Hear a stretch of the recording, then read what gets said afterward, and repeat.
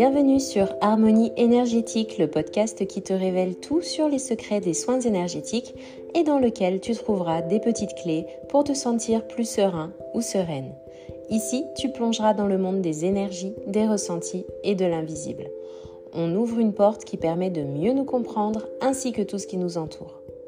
À travers ce podcast, je te propose un voyage intérieur, des témoignages et papotages avec des invités experts bien-être, des recommandations lecture et je te donne quelques astuces que tu pourras mettre en place facilement dans ton quotidien afin de retrouver l'harmonie en toi et chez toi. Bonne écoute!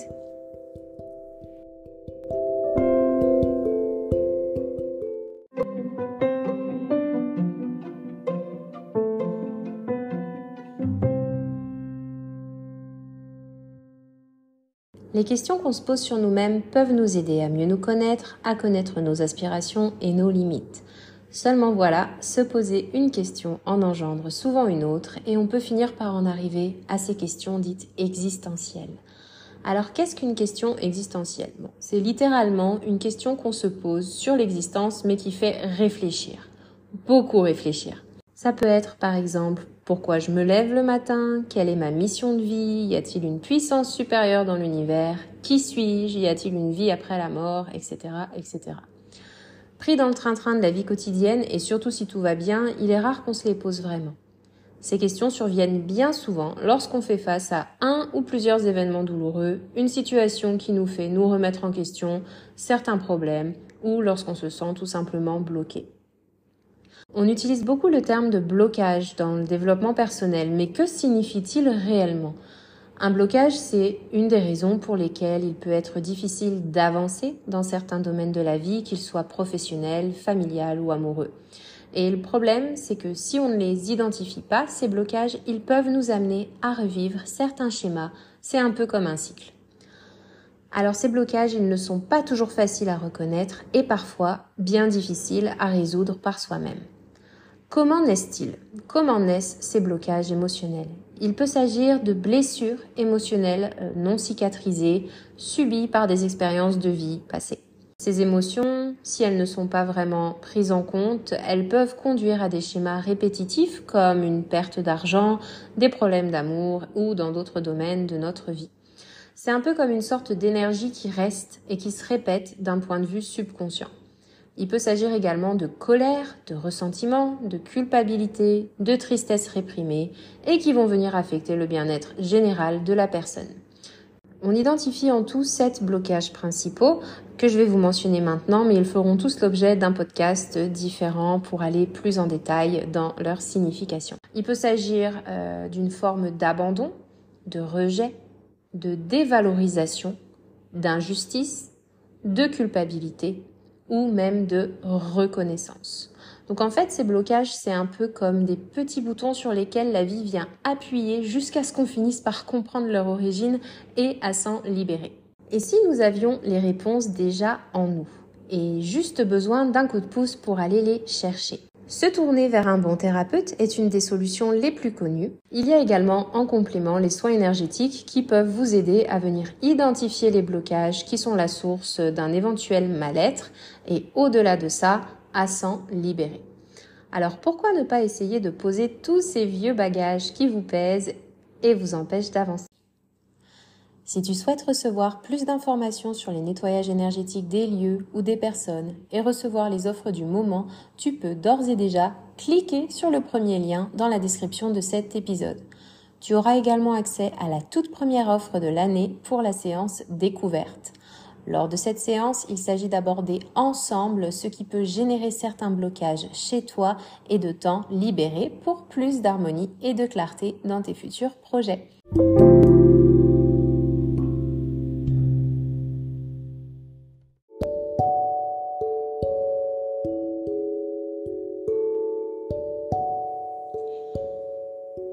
Sommes-nous tous bien conscients de nos blocages ? Eh bien, pour illustrer cet épisode, je rediffuse aujourd'hui un extrait de l'interview effectuée avec Fanny cet été sur le thème de l'inconscient. Bonne écoute !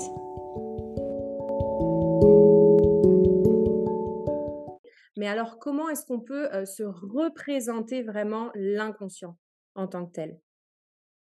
Alors, l'inconscient, c'est un concept, pardon, complexe justement, Mmh. heu, qui est plus facile à se représenter sous la forme d'une métaphore. D'accord. Donc la plus connue serait la métaphore de l'iceberg. Donc la partie flottante, serait le conscient, puis plus profondément dans l'eau se retrouverait l'inconscient. D'accord. Donc on peut aussi s'imaginer une autre métaphore, celle d'une maison, par exemple. La partie haut, où nous interagissons avec l'extérieur, serait le conscient et les sous-sols, représenteraient, l'inconscient. Ce D'accord. qui n'est pas visible de prime abord, qui serait caché ou même oublié, heu, mais qui constitue la construction, et les fondements de notre psyché, et qui nous influent grandement, au D'ac quotidien. OK, parfait et alors, comment il est utilisé en thérapie? Quelles sont les étapes d'une mise en relation, donc avec notre inconscient à nous? Oui, alors l'inconscient est utilisé dans plusieurs approches thérapeutiques, en particulier dans les approches qu'on appelle psychodynamiques, Mmh. où la parole est au centre de la thérapie.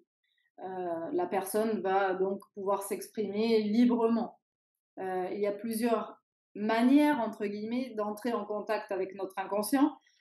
Donc on peut parler de quelques manières justement ensemble. D'abord, l'exploration de nos contenus et nos conflits refoulés. Donc en psychothérapie, l'inconscient est exploré pour accéder aux pensées, aux émotions, aux désirs refoulés qui peuvent influencer le bien-être psychique d'une personne.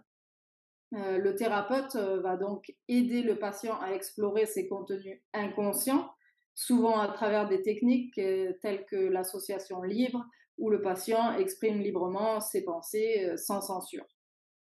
On peut aussi explorer l'inconscient à travers l'analyse des rêves. C'est un peu plus intéressant et souvent, heu, on entend parler de ça de manière très vulgarisée, Ouais, en pensant que j'ai rêvé d'un papillon, alors le papillon veut ça dire veut dire ça ou ouais, ça. ouais. En réalité, c'est un petit peu plus complexe. Les rêves sont considérés comme une voie d'accès privilégiée à l'inconscient. En psychothérapie, les rêves sont analysés pour révéler des motifs symboliques, des désirs refoulés ou des conflits internes qui peuvent être pertinents pour la compréhension du patient. Le thérapeute, lui, aide le patient à interpréter ces symboles et ces significations sous-jacentes dans les rêves. Mmh. Donc c'est un travail qui se fait à deux.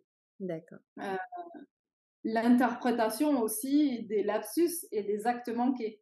Ça, tout le monde peut Oui, se souvenir d'un moment où ils ont trébuché, à un moment où ils devaient aller à un examen, où ils ont loupé le bus ou loupé un avion, alors que c'était un rendez-vous très très très important. Là aussi, donc on parle d'actes manqués. mmh, Alors d'abord les lapsus, ces fameuses erreurs de langage comme on appelle, ouais. euh, et les actes manqués, donc c'est des oublis ou des maladresses, Mmh. comme manquer son avion, Mmh. euh, elles sont considérées comme des expressions de l'inconscient. En psychothérapie, du coup, ces erreurs sont explorées et interprétées pour identifier les significations inconscientes et les conflits sous-jacents. Ensuite, on a aussi l'exploration des schémas répétitifs. Là, on est plus sur, du coup, peut-être une thérapie comportementale. Euh, et l'inconscient peut influencer pardon, les schémas répétitifs de pensée, d'émotion et de comportement d'une personne. Donc, le thérapeute aide le patient à prendre conscience des schémas répétitifs en général, à les explorer et à explorer aussi les origines inconscientes de ces schémas-là, qui peuvent être enracinés dans des expériences passées ou des conflits non résolus de longue date. D'accord. L'utilisation, du coup, de l'inconscient en psychothérapie peut varier en fonction de l'approche théorique et des préférences du thérapeute, d'où l'importance de aussi contacter un thérapeute qui est aussi ou spécialiste dans ce domaine-là, ou alors quelqu'un qui résonne avec vous et vos modes de vie, vos modes de pensée.